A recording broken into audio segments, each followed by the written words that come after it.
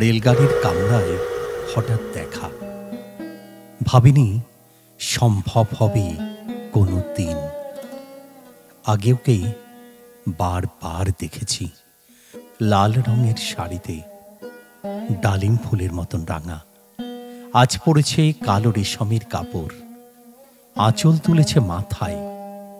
দোলন চাপার মতো চিকন গৌর মুখখানি ঘিরে মনে হলো কালো রঙের একটা গভীর দূরত্ব ঘনিয়ে নিয়েছে নিজের চারদিকে, যে দূরত্ব সর্ষে ক্ষেতের শেষ সীমানায় শালবনের নীলাঞ্জনে।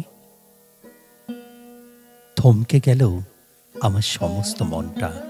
চেনা লোককে দেখলেম অচেনার গাম্ভীর্যে। হঠাৎ খবরের কাগজ ফেলে দিয়ে আমাকে করলে নমস্কার।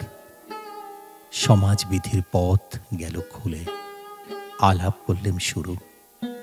কেমন আছো, কেমন চলছে এই সংসার ইত্যাদি।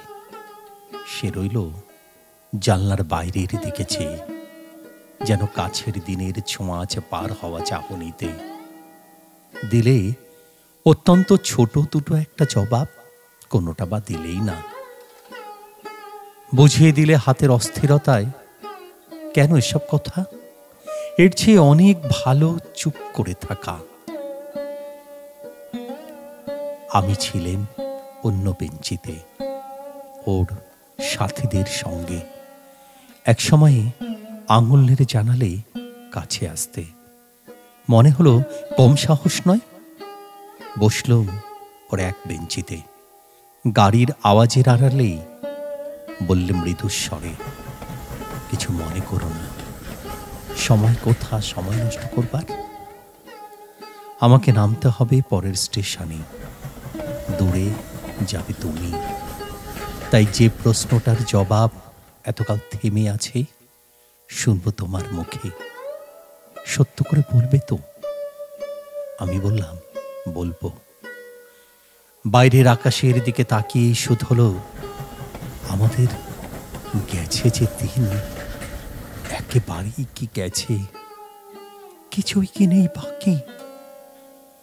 একটুকু রইলেম চুপ করে, তারপরে বললেম, রাতের সব তারাই আছে দিনের আলোর গভীরে।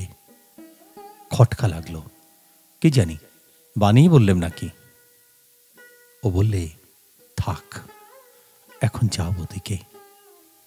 সবাই নেমে গেল পরের স্টেশনে, আমি চললেম